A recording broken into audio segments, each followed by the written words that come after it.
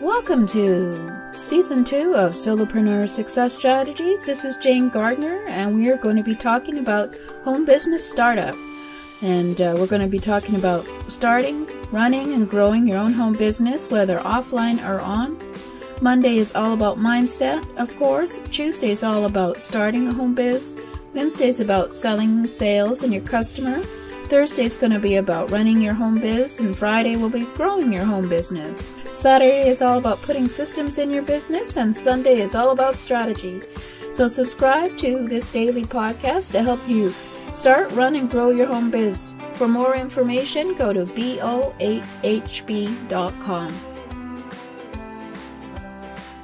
Hi, it's Jane Gardner, and today it's all about you and your customer.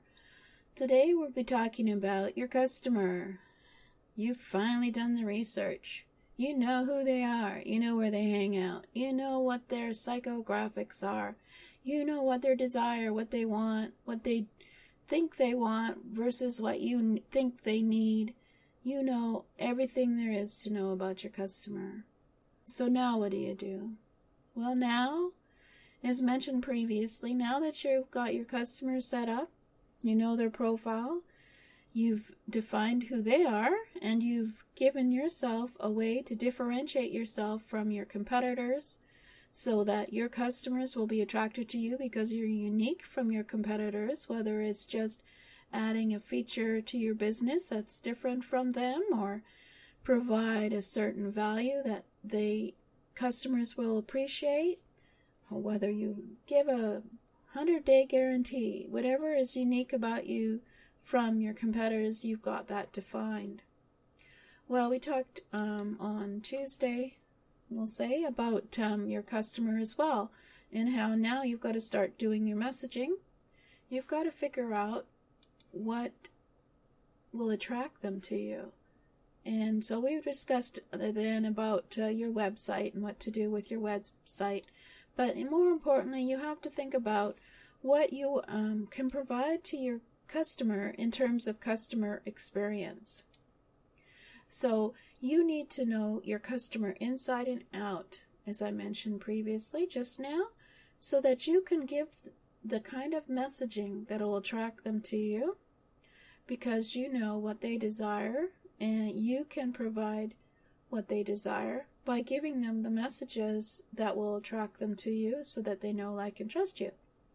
But of course, they also want to have a great experience with you. So regardless of whether you have a website or if you just have a lead page and a microphone and a podcast, and all you do is send them to a page where they sign up to listen to your podcast, either way, sorry, I've forgotten what mine is, so I'll just send you on to http /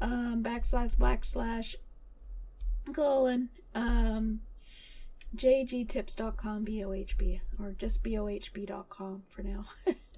Sorry. I lost that point. Anyway, so you want to provide it the ideal customer experience in order to make these people your raving fans. So you may not be happy with the idea of giving them a 100-day guarantee, money-back guaranteed return on their dollar. As long as you're confident about your program or service, you should be able to do that. But anyway, you have to figure out what the ideal customer experience would be if they were to connect with you by either buying your product or your service, so that they become your customer. So in order to be consistent in your messaging, of course, you have to define your brand, and your brand is your promise and your commitment and what you stand for and stand against in terms of your values and your mission. So you want to be able to have that set up before you even start talking and communicating with others with your messaging, because you want people to understand who you are. So you want to be able to communicate your brand to your target market and define it. And you have to, of course, define it first in order to do that. And you have to make it consistent and have a consistent customer experience with you. So no lost links, no broken links on your website, for example. That always annoys people.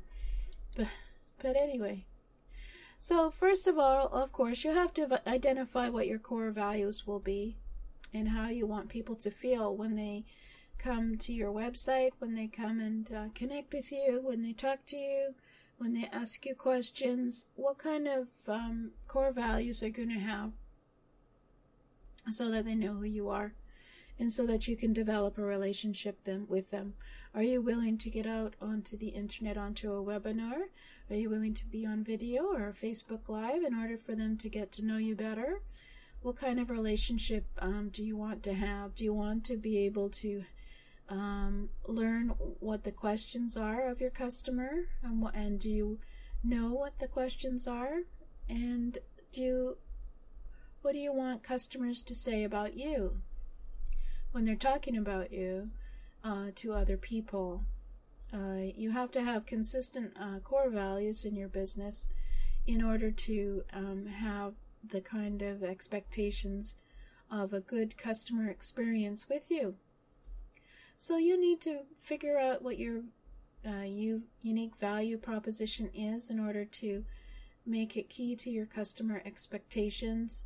If they know you're the one who always answers every question that anyone might send to their website, then or if you're able to answer any questions quickly, or if they are unhappy with something and you help them make it an experience that is a good one, then these things communicate your value clearly. So you need to be aware of what kind of things that you need to do on your website or in your business in order to make sure that people know what your values are and what you believe in and what you will stand for and stand against in your business.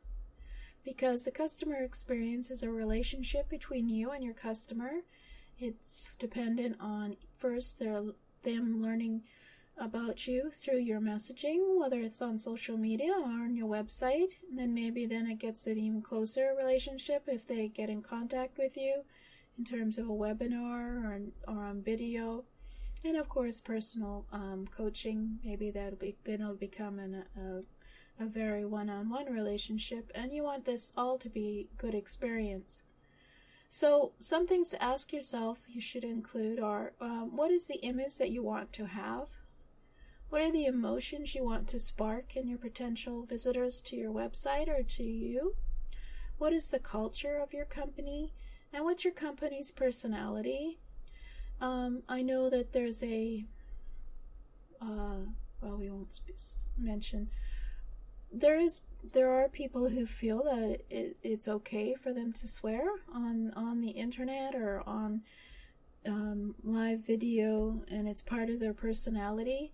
And basically, you accept either you're someone who's attracted to that person regardless of their swearing, or you don't like the swearing and then you stay away from someone like that. But you always have to be consistent. You can't just change it to one day you're swearing all the time and the next day you aren't, because then of course they don't develop the know, like, and trust factor. So the more you personalize your experience and make it a relationship, the easier it will be to make it an ideal customer experience for your customer, whether it's with you on your website or through your product or service. So remember to ask yourself, what are you willing to open up about in terms of who you are and your values and your mission, and how are you going to communicate that kind of messaging? Well, it's all about your brand. You can basically use your messaging to communicate what you stand for and stand against, what you so that they will know, like, and trust you. So you have to make sure that there are things about you that make you unique. And that's why your customers may choose you over your competitors. Well, we discussed this on a previous time. It's called your unique value proposition. Well, how are you different different from your competitors, and what specifically is different about you and how you do business. So a good practice you can do is to summarize your unique value proposition and decide how are you unique from others who do the same thing as you. Because in the end, there's no such thing as a unique business. They're all just variations of other people's businesses. And how are you going to stand out from others? And what's the best way to, first off, define your uniqueness? And then, of course, how to do the messaging that will reflect your uniqueness. And, of course, you can always ask your current customers what they think about you as well, and that would help you to figure out if your customer experience is working well. So consider your customers' emotions during their experience and see what kind of emotions might be triggered when they have an experience with your website or with you, and the positive experiences, and whether that inspires loyalty. When you do have customers, you can always put out a survey and ask them what they think about you or your product or service. So get some positive or negative feedback so that you know that maybe there's an issue with your customer experience. Maybe you're not as quick to answer questions as you thought you were. And make sure that you solve these problems to make it a good customer experience. Because a great customer experience will exceed your customers' expectations. So it has a wow factor. So a really great customer experience should exceed your customers' expectations. You can do that simply through small details, whether it's answering a question that they might have by sending them a video. Answering their question. Very few people send videos by mail for them to listen to.